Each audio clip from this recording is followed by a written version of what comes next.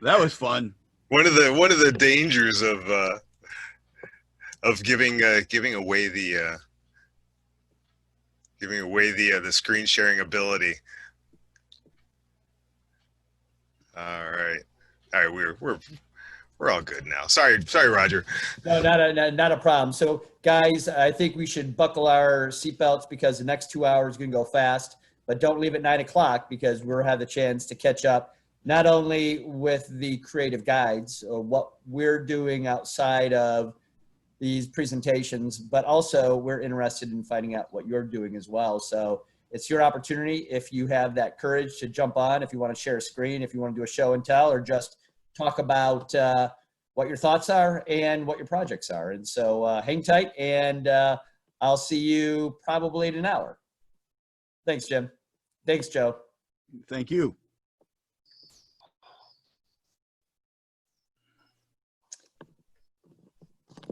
All right, Joe, whenever you're ready. I'm up. We are all set. All right, here we go. So this is a brand new experience for me. I'm glad to be here. The world is a strange place right now. I'm going to do this in a couple of sections. The first section is I'm going to show a video. That video will introduce you to the concepts, but I have to bring you in as anybody who is in theater or the performing arts. You know that we live in an agreement between the audience and the performer. And that agreement is a suspension of disbelief. But more so in this time where it's a postmodern world, we are always deconstructing, things are always kind of breaking apart. It's almost a time that artists are needed to put things back together. So being a thriving artist, I think, is going to be taking a different direction now. Being a thriving artist is going to be one who can put things together in a world that is crumbling around us. A person who might be able to take things that don't put together and make them fit.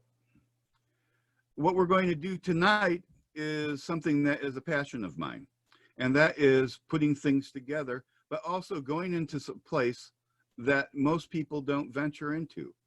That place is basically what Carl Jung called the subconscious, the unknown land, the place that most of our decisions are made in, but we never admit to it and we never even talk about it. So first, let me show you a quick introduction into rituals for creatives, and then I'll explain a little bit more what I mean by rituals right after that. Okay? Oh, let me give you a credulity or a credibility about myself before I actually go into this. Let me show you what I do so you know who is he. And that is this. Share screen.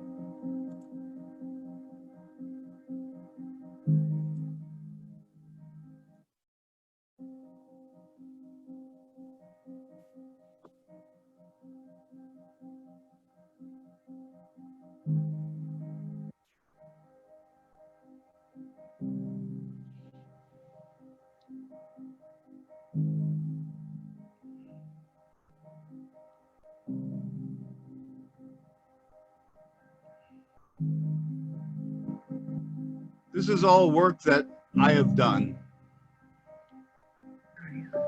taken from places of imagination,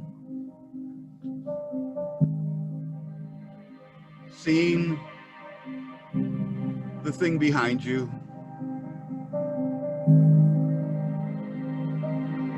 dreams of things that are not there, but are.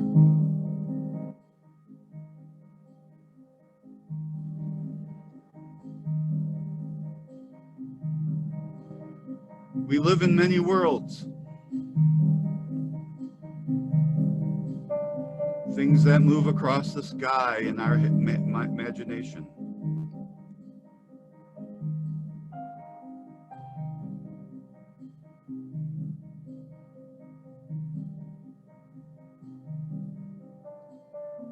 gifts we have, the storms that come,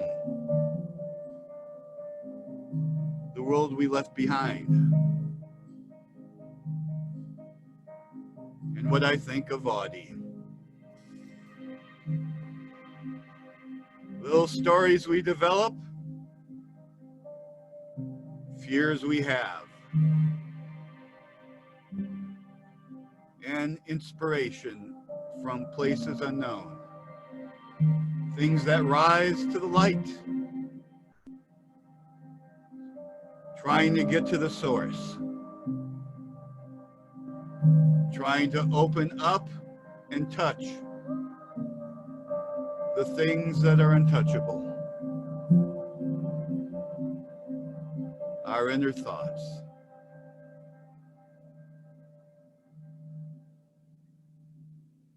Now, for those who know that I'm part of the haunted house world, here's the other side of me.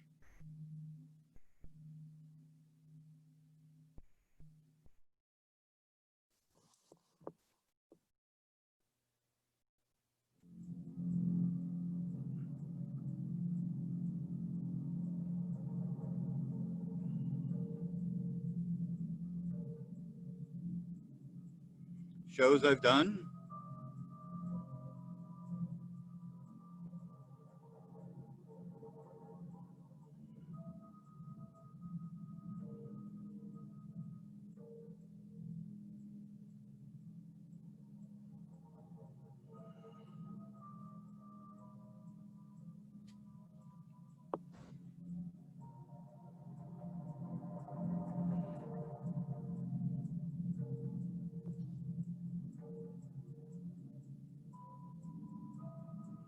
things I want to do,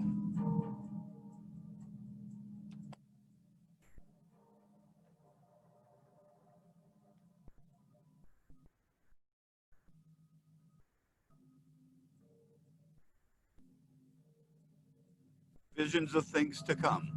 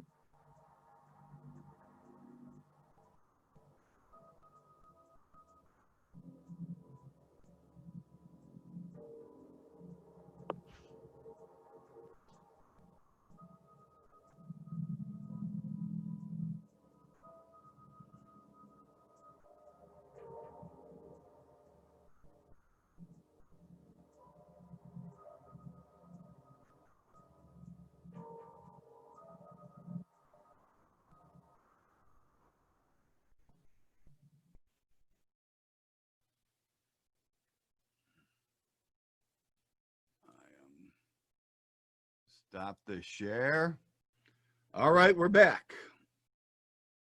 I hope that people like that. It's why I do it.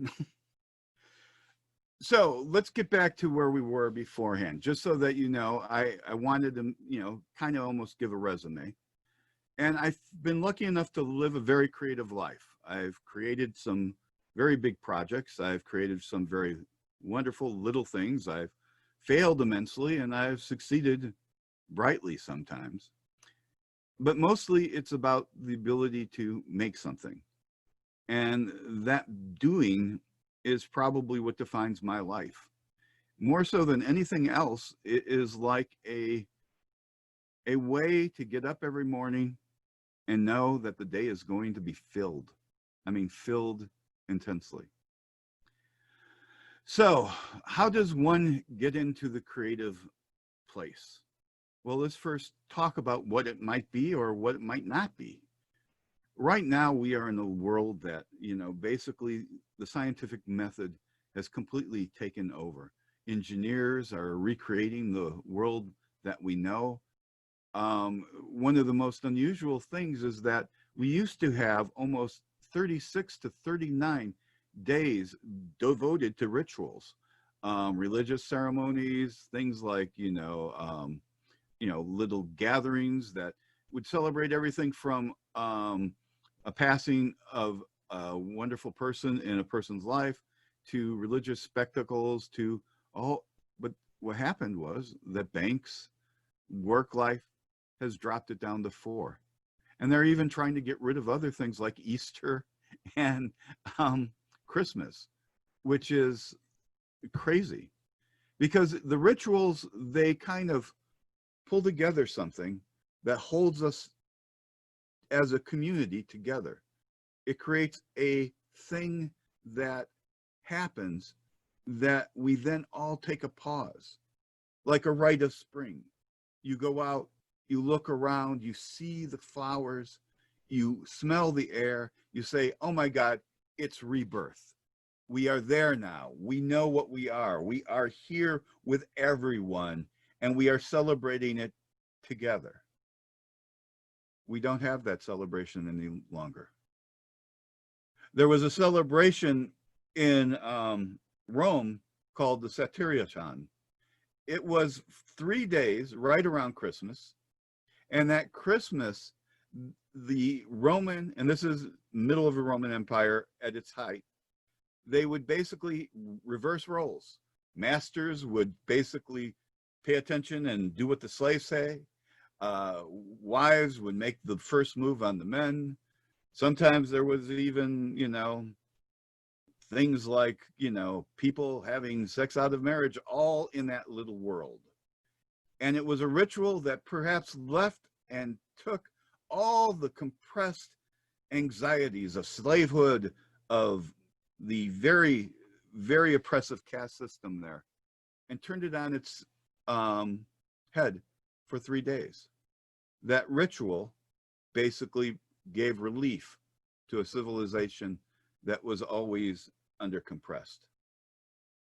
But we're here not for just general rituals. We're here to talk about the rituals that an artist does, an artist needs. And what makes a ritual different than a practice or an exercise? A ritual basically reaches out for something that is in the subconscious, that is outside yourself, that is actually inside yourself. And that's the hardest thing of all to get. So I am going to, one, give you an overview of the course that is coming.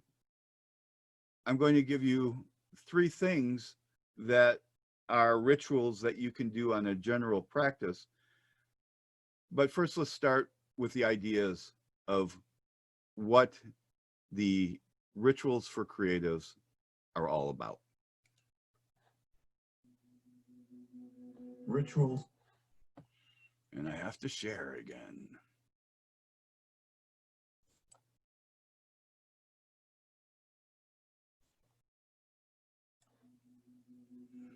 Rituals for creatives. We are of 2 parts, sometimes at war with each other, sometimes in sync. One part is more aligned with reality than the other, the deductive mind and the intuitive mind. Both try to answer every question, but in my understanding, balancing the 2 are the most important. But this time we share is not about the deductive side. It is not about the analytical side, the deconstructions of things, the logic, the science, nor the rationality. We have universities and pundits for that. This is about the elusive and the hard to find, the intuitive side, inductive reasoning. Some call it the divine guess. Others call it inspiration, voices, the zone, flow, connection, the creative way. I call it the gift. For that's what it seems when you are in that space of the gift. Stories explode forth, music happens, acting disappears and character emerges. Art is envisioned and then rendered. And that time It feels like moments that many times are really hours.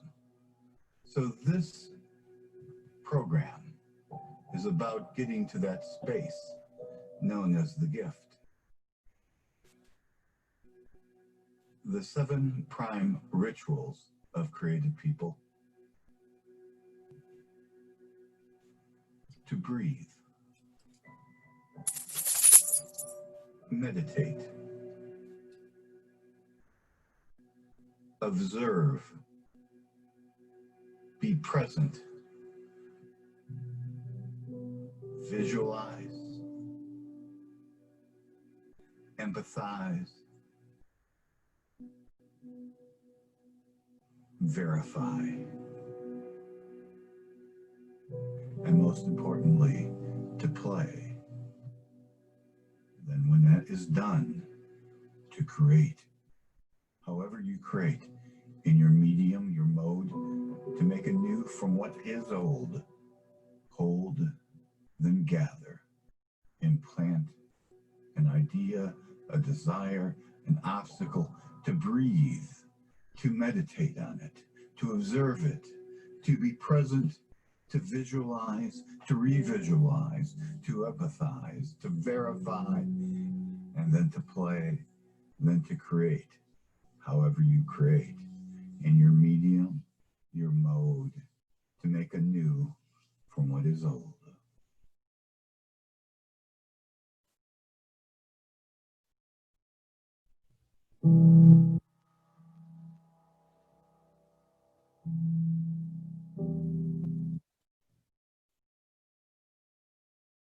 All right, that's coming later. So I would love to see each of your eyes. That is the thing that is most discouraging about this kind of communication, because the ideas that we have about the intuitive is most likely conveyed through looking at a person eye to eye. They say it's the seat of the soul. I think it's much more than that. I think it is a way of traversing the subconscious and gathering people together. So what we're going to do now is we're going to do 3 things, but first I'm going to talk about the rituals and the basic rituals that exist out there. The first one is, of course, to breathe.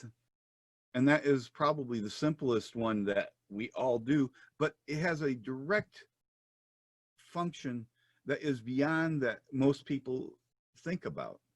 The fact is that breath is one of the things that we do both unconsciously and consciously. We can hold our breath. We can't hold our heartbeat. We can't hold a whole number of functions that are inside of us. And the holding of the breath creates absolute, incredible, different kind of feelings, the way we hold it, the way we release it, the way we do it. In fact, the way you breathe might extend your life almost 10 years, according to some scientists now. That breathing may be as important as exercise, as, going out and eating right, because if you breathe wrong, it actually causes all sorts of problems, including in this, in our time of COVID, the inability to really repair our body the way we can. I'm lucky enough to have meditated when I was much younger, and breathing was a big part of it. The other part of it was I found it again after I had gotten cancer. And cancer was a very scary time, and it drove me right out to try to find, how can I do my life better? How can I be a little bit more healthy? And how can that serve me? Little did I know what I would find actually helped my entire life, the creative life especially. So I was wandering the internet, as we oft do now, and I found this guy called Wim Hof. Well, Wim Hof had this method of breathing, basically 30 breaths to 40 breaths in and then out 30 to 40 times. At the last point of that 30 to 40 breaths, you would grab it, leave it out, and then hold as long as you could hold. You do this 3 times. Well, I thought that was pretty simple. I mean, I could do that. And I have to tell you, my wonderful wife, Audrey, was having probably a time with me because I was an irritable, very grumpy guy. I was not a happy camper. The medication was destroying me in a lot of different ways. There was things that was going on with my body I didn't understand nor liked. But so I would get up and I would go out, and with my meditation, I added that. And by God, things changed. It changed in a profound way. It changed because when I went through the process, I was doing something every day. It became habitual. It became a ritual. And that ritual, which was really, really wonderful, did things like I would spend the rest of the day with a great deal of energy. I was able to not be as crabby, not as, cantankerous as I have been. And the other thing is that I just found my focus to grow immensely. Well, I started looking into it a little bit further. I found there were other breathing techniques that you could add to it. But what was amazing, what was really amazing about it was that it opened me up to something else that I don't think Vim had anything to do with. It just had to do with a beautiful backyard. I walked in that backyard before the sun rised, and I experienced every day, cold, rainy, hot, humid, animals passing by. It didn't matter. I was in that chair and I was sitting there and I was a part of what it was. Not inside, not being somehow trapped by the 4 walls. I was there with what really is all of God's creation. It was awesome. I've now done that, I believe, for 1,000 days. 1,000 days. Yes, there was a snowstorm which wouldn't let me open the door, but I sat out on the porch that day. And when I was on my travels, I sat outside too, experiencing the out. But that changes your perspective in a way. And as an artist, that ritual of existing in one place, outside, not indoors, without media, without anything, for 45 minutes to an hour, it absolutely changes how you see the universe. There are days that I would go out there and I would think I was going to just get out and get in, and I didn't want to leave. What happened was that particular ritual, which I have other breathing techniques that is involved in it that I will share at a later date, but those techniques, that experience became a journey every day that I felt like I was going somewhere else. And then when I was done, it was a little sad leaving it. I never thought that doing something for an hour every single day would do that.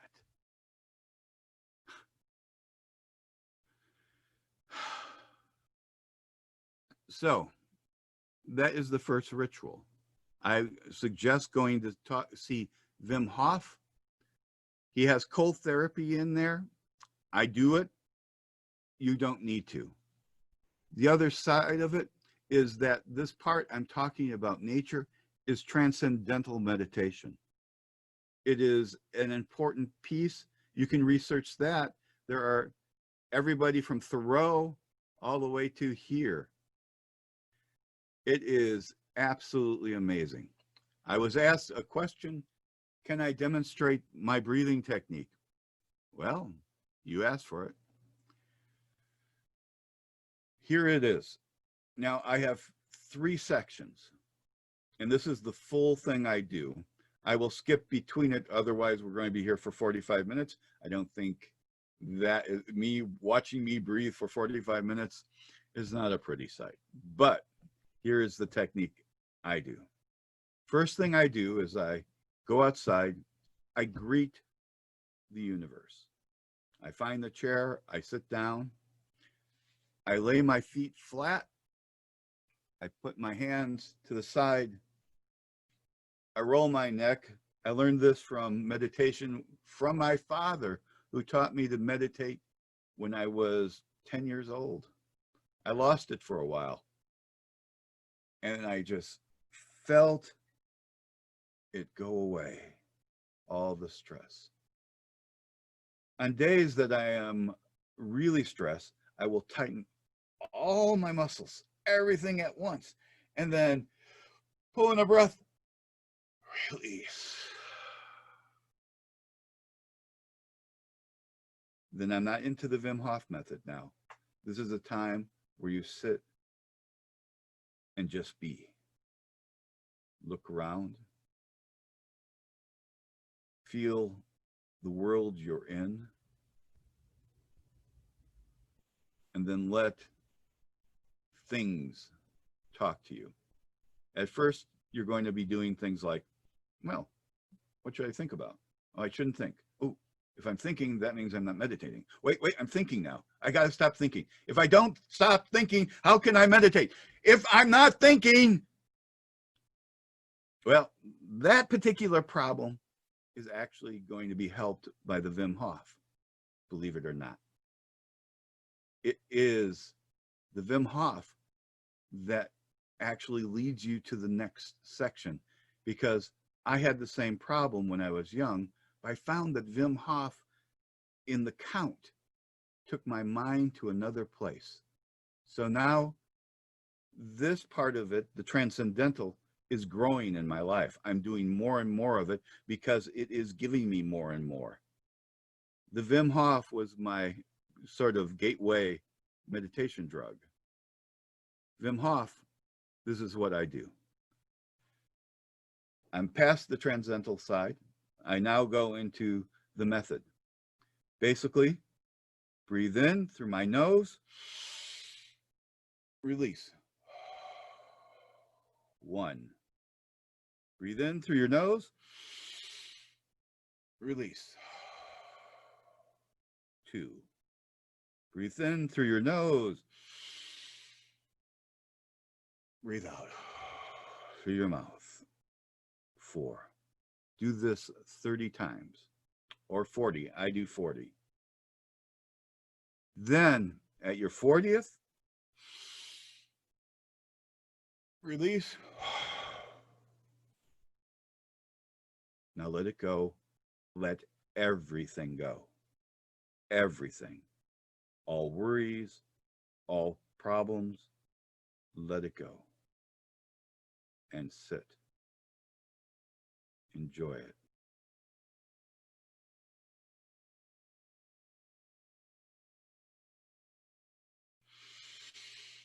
Then 40 more, and then the 3rd time. At the end of the 3rd time, I need to warn you. Sit down. Do not do this while driving. Do not do this while in a tub or in water. Do not do this anywhere you can fall a great distance, because if you're not used to doing it, what happens is you can hyperventilate. You can have a wave of it.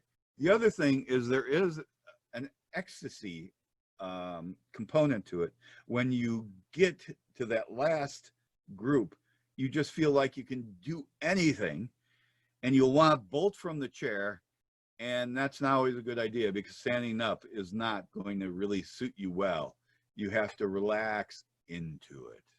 Allow it to happen. But wait, we're not done. There's more. The next phase of it is a different kind of breathing. The breathing is very, very important because this is a different kind of breath. This is something that it also, there's vibrations that people think that actually help you take and heal you. And this vibration comes from a basic noise that you breathe in and then you let out. Oh.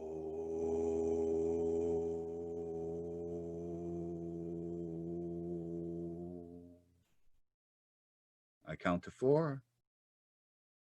Breathe in. Oh.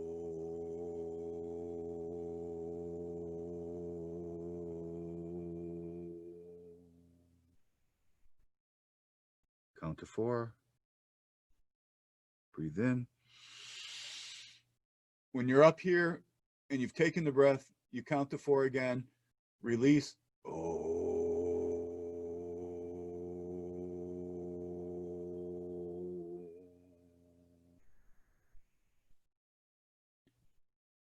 Now, if you're crazy like myself, you will do this 4 breath 4 times. Then on the 5th breath, you will hold the 5th time, you will hold it for 5 count, then 6, all the way to 21. By the end there, you would think that you would be, you know, in a really different place, and you would be right. I have to tell you 2 things that this has done for me. First of all, I had acid reflux from the cancer, really, really horrible. They had put me on these awful drugs that just made me feel not out, kind of out of it. And I'm not against drugs, don't get me wrong. I think that they have extended the lifestyle, but I think if you can do without them, you're probably in a good place. They are important to know that when you do this and you pull it in and you vibrate your lungs, your heart, everything, you will find that you are going to different vibrations. You are like, oh, oh, oh, and then suddenly you find one that feels right, that you feel you need. I'm not a musical guy, but at times I'm almost feels like I'm singing out there. And as I'm doing it, what is remarkable is I can feel things relax inside me. I can feel like the gastric problem I had just kind of go away. I feel like I am more attentive. And I also find that between 10 and 14, and I don't know why, I lose my place every single time. But it's because my mind is drawn to the problem of the day, the situation that I'm trying to think of that floods back in, and it seems to move around in my head. And I cannot believe the number of times I go, oh, that's it. Oh, what number am I at? Crazy. And then you hit 21.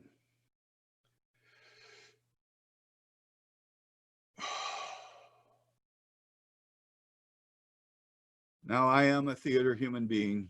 I have grown up in the theater. I am not shy. So I do reach out. I reach out for the universe. I gather it in and bring it to me. And it feels good. It feels wonderful. At the end of that, then I take the next step, which is I do an actual chant. I actually do 5 ohms. Oh. And when I do that, I give thanks to the Creator. Oh.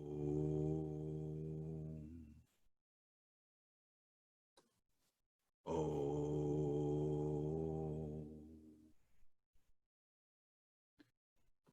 I end it quite simply because of my background with an Our Father. I have other people who said that they end it with a chant with other things. But I do think it's great to, after you go through this experience, is to basically do something that says it isn't all about me, because at that point you do not feel like it's about you. This whole thing is not about you. This whole thing is about the dance you are doing with the thing that is all around you. That dance is so incredibly wondrous. And I walk away every day from that moment saying, God, thank you. I've been here. I am here. And I'm a part of this wonderful miracle.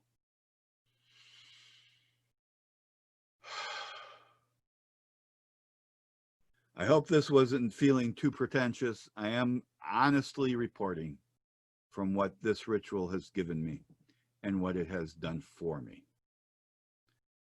I'm afraid that has taken a great deal of time, as I thought it was. Roger, is there any questions out there as we're dealing with it as I prepare to go on to the next thing? This was actually a little impromptu.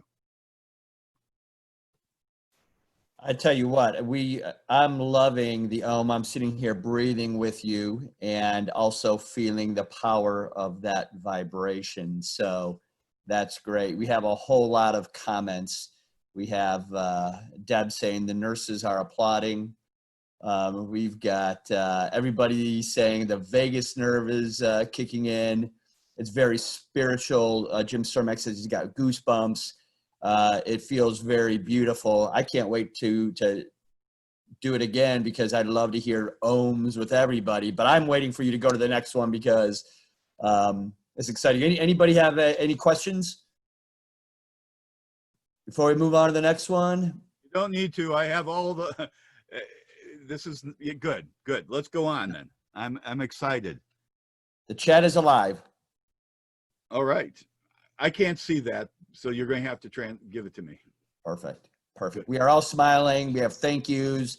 We have people who are goosebumps. I mean, I think that we are finding ourselves immersed in your theory, Joe. Excellent. All right. Now let's go to the next part. Okay. I was going to give you breath. I'm going to give you something that is a way to open a door. And the last is I'm going to give you something that is dangerous. These are all different rituals. Know now, because I've kind of cracked open the time situation, we're going to go through these a little quick. So there's a lot of other stories. So we're going to have to all get back together another time to have a complete rounded vision. But here's the thing that we're going to do next, okay? There is something unusual about when we do rituals together, and you're probably all feeling it right now. When we do things together, when we breathe together and we breathe out, there is this incredible connection that happens with each other. I have taught many, many, many creative classes. I've taught many, many acting classes. And the thing that I always find is how quickly people come together when I use rituals to basically bring them together by simple chants, by simple clapping your hands together. In fact, by just repeating the same words all together, you can actually coalesce. Now, this goes to what Carl Jung used to talk about, and that is the collective unconscious. Now, people, you will find if you Google this, that rituals are a big subject item, and everybody's trying to analyze it through deductive means. They're trying to break it down and saying because of the physiological side of it, and that's all good. We are a deductive people, and I am a math guy, I am a science guy, but I am also one who believes in the intuitive knowledge that is something that is beyond our understanding, that is outside our belief system in America. It is about the fact we are truly connected together. We truly have a collective unconscious, and we truly connect to each other on a very deep level that people do not even begin to understand. And I believe right now our problem is that we've denied that belief, that ability to say there is something more than us, that we've put ourselves in front of this, thinking that any problem can be solved by science, when science is a means, but it's a deductive mean. It is something that doesn't give you the jump to the heart. And without the heart, without our souls, we do not know what matters or doesn't matter, because that isn't deductive. That is inclusive. That is the grand touching of something that is beyond ourselves. So with Carl Jung, with the idea of, that we connect together with each other, I have something called that we will breathe together. I want everybody to do this. I'm going to tell them to breathe. I'm going to tell you to release. But here's what I want you to do that is most important. I will come to a point where I say, shut your eyes, close your eyes. Then I want you to close your eyes. I will tell you to breathe a couple of times. And then at a moment, I'm going to say, be there. And when I say be there, I want you to release everything and then wait for the next image that comes. Just wait for it. Don't try to guess what it is. Don't try to say that it's, think of a problem that you're going to solve here. This is about you waiting to be talked to by something else, allowing the other side to come in. Your great unconscious, your great other side. So we're going to play this video. I would do this in class with everybody and we would all be doing a chant, but we're going to have people from across the globe who all meditate, who all do this, help us, join us in to get to this point. And then I want you guys to comment what you feel after we complete this exercise. All right? The name of this exercise is called The Source Will Help. And I'm going to share my screen right now. Everybody ready to breathe? And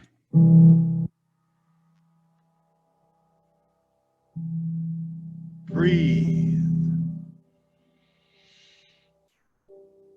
Release. Breathe in. Release. Do it on the beat. Release. Think about people who come and do rituals every day. They open up. They release. They open up through dance, through running.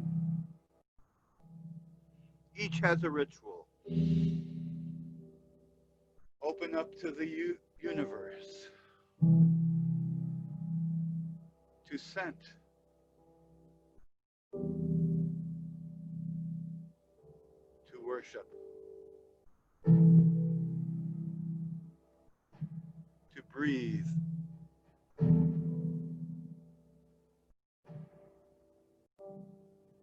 to breathe,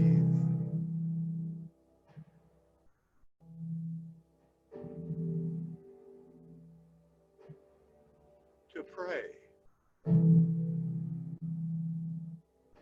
to move, to celebrate, to walk,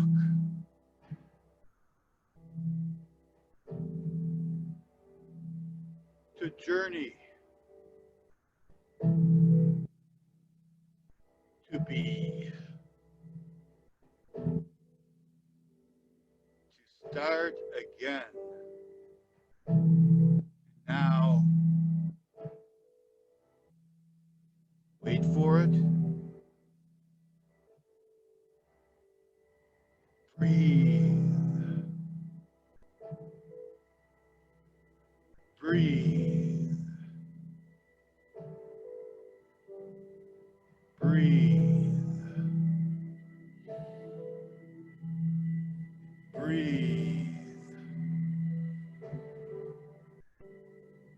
Now. Breathe. Now. Breathe.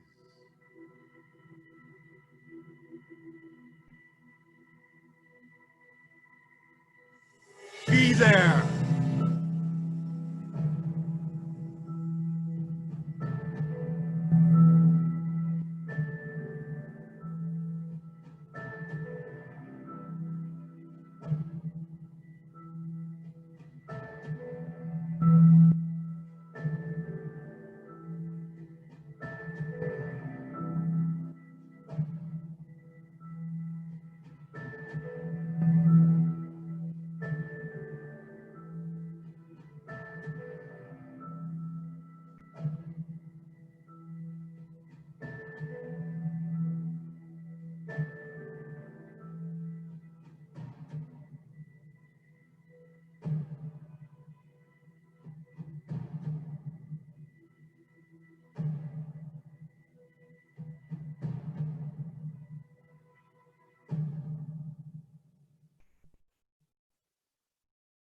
Can I get an amen?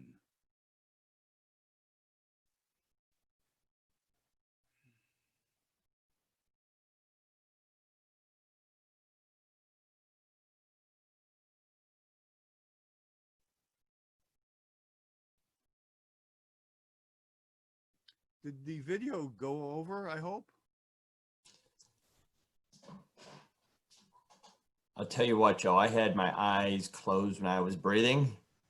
Yeah, I think you had our whole community in that breathing ritual. Thank you All for right. leading us there. You didn't share your screen, but I don't think that mattered. Okay. All right, my friends. Did it help anybody? Yeah, so Joe, I'm looking at some of the comments now. Most folks are saying that our eyes were closed and that it feels awakening. What Carrie, her response.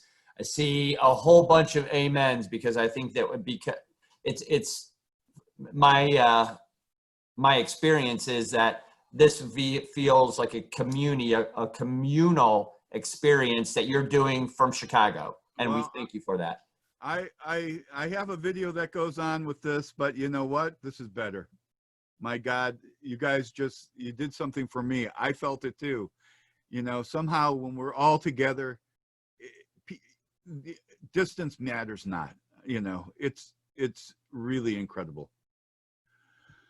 All right, we are to the, or I'm going to, let me describe what this is in a very straightforward way. This is a way when you find that mental block that you take and you actually center yourself and you slow yourself down. You find some piece of music, some sort of activity that you know goes there. You'll hear pieces of music like this all the time.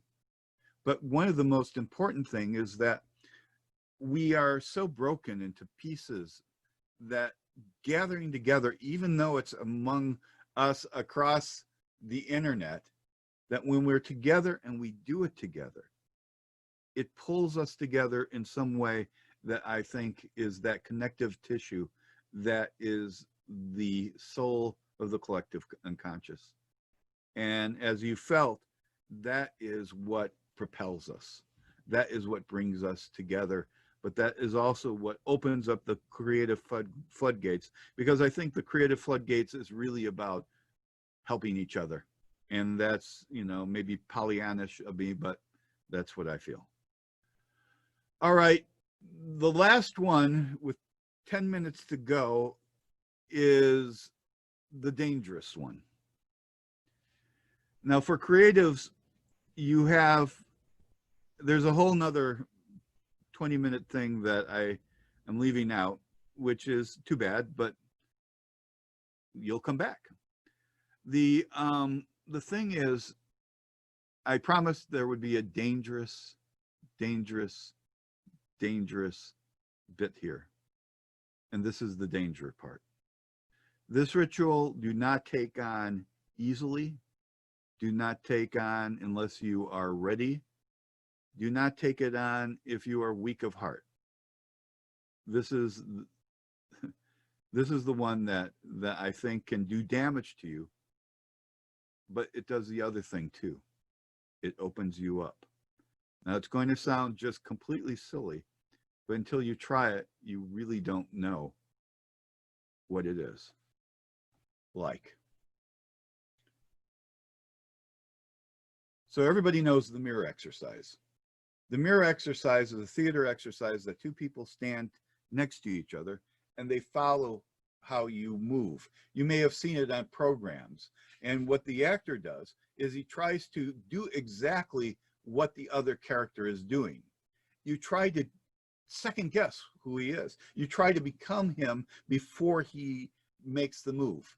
And then at some point you try to move back and forth and exchange who's in control and who's not in control. That isn't the exercise. That is a very positive exercise. This part is the dangerous part. Go to a mirror. Look in the mirror. See yourself. That first instinct that you do will tell you a great deal about yourself. But that isn't the exercise either. Here's the exercise. I want you to do the mirror exercise with that person. Back and forth. Trying to discover who that person is behind it. You keep looking further and further. You try to scrape over, oh, is that a mole here? Is that some sort of blemish? How do I look today? Hey, if I make this face, oh, I can use that.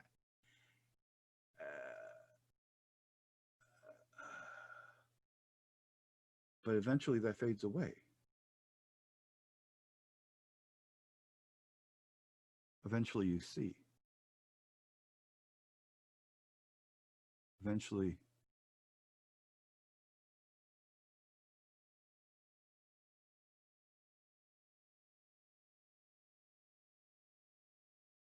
and that's the dangerous place. For an artist, that's where we live. We live there.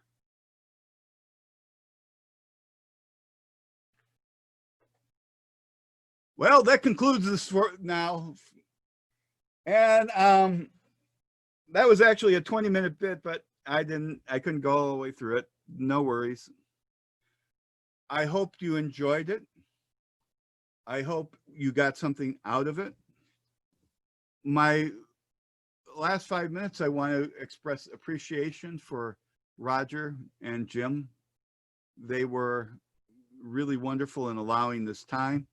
I've been developing this course for, a while now. I was going to do it live, and it's been a challenge trying to put it together for it. Your comments and any comments that you want to give to me, I would love to hear it so I can push this together and develop it further. I appreciate all of you, and I hope you use some of these techniques and they will enrich your lives like they've enriched me. Oh, and the last thing, it's never about me. That's the thing that I think you find when you meditate, is it isn't about you. It's about what's outside you. And the dance is much more important than the looking in the mirror. The dance is everything. All right, Roger, I think I've exhausted myself. Well, I'll tell you what, if anybody has any questions, please share them because we've got a few minutes here before Jess goes on. What I'll also tell folks, and that is, as follow-ups, all of our creative guides are going to offer challenges. And so for those folks who have found this enlightening, we want to learn more about those breathing methods, about some of these exercises that Joe's been talking about. Well, he'll have an opportunity because he's got some things going on, but he'll be doing a challenge in a handful of weeks. And at that point, Joe, you can then expound upon what we've, the morsel that you've given us today and offer us a full meal later. I'm excited for that. Let me see. We've got, a lot of accolades. Deb Karras said she didn't quite understand that last exercise. And could you just give us maybe one more point about the meeting yourself eye to eye?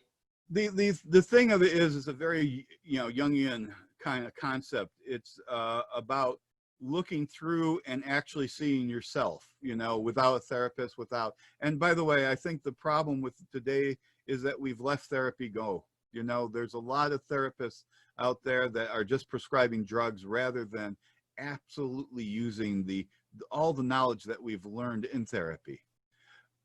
But this idea of the mirror is by doing it. You might not get it, but if you stand in front of the mirror and you try to see yourself, truly see yourself, you might be able to see what's behind it. And this is very esoteric, very crazy, but when you're working with yourself, it suddenly starts a feedback loop on you. It creates this idea that as I'm looking, what am I trying to see? It's just my reflection, but it's a reflection of me. It's a reflection of me doing what I do, but what do I do? How do I do it? And that loop, that feedback loop, is what is dangerous, because you keep moving back and forth between it. And if you're trying to truly see yourself, you then have to ask the questions, who am I really? What am I doing really? And why am I doing it? For some people, you may already have that answer, so maybe the exercise won't be good for you. But for some, it actually starts them into this idea of an examined self. For as I forget who said it, but they said, an unexamined life is a life not worth living. And that quote sticks with me. And I believe the mirror exercise basically starts you on that journey of basically examining yourself. Does that answer the question? I think that adds certainly some clarity, Joe. I think that there's some folks that have gone, certainly I've gone through the exercise. I think some of my favorite artwork is self-portraiture by artists. So whether it's Van Gogh or you look at the greats, right, and they do a self-portrait, it's examining themselves. Exactly. For actors, for an actor, that's one of the hardest things to do, is to know where you start and the character ends, because many times it's all the same. Mm-hmm. I didn't see the quote. I just saw it pass by. It was from yes, please. Joe. I put it up there. Okay. In chat. Okay. Oh, thank you. Appreciate.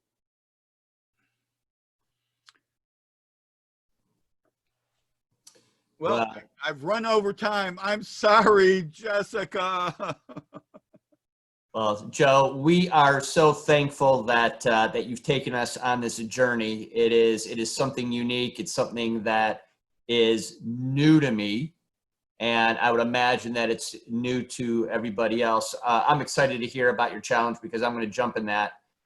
So, folks, if you're listening, the challenge is going to be $20.20. That'll buy you a ticket into a private Facebook group, and then Joe's going to lead us through some exercises in a handful of weeks. and probably over 3 days will lead us down this path so we can practice it in our creative lives. But Joe, we are thankful for your you sharing your journey, you sharing your victory over cancer, how you used the breathing method to survive and to thrive in your creative life, and your authenticity and your transparency is greatly appreciated. We thank you for that. And we're excited to get to know what you're doing here in another hour too, because as soon as we tip back on your bring your own beverage hour at 9 o'clock, we'll get a chance to catch up more. Thank you, guys. Thank you for participating. We appreciate you all. Love. Thank you. Jim, I'm going to hand it back to you so you can go ahead and introduce Jess. Thank you. Absolutely. Joe, again, thank you so much. That was powerful. That was that when I started when you were going through the mirror exercise, and I wrote this in the chat, but you started saying, "Oh, I made a silly face," but eventually that fades away. I said, "That's me," because I'm always trying to break the tension. If I were looking at myself in the mirror, it's unnerving. It's unnerving. So I'm anxious, but a little scared to to try that. But thank you for sharing. This was, like I said, very, very powerful.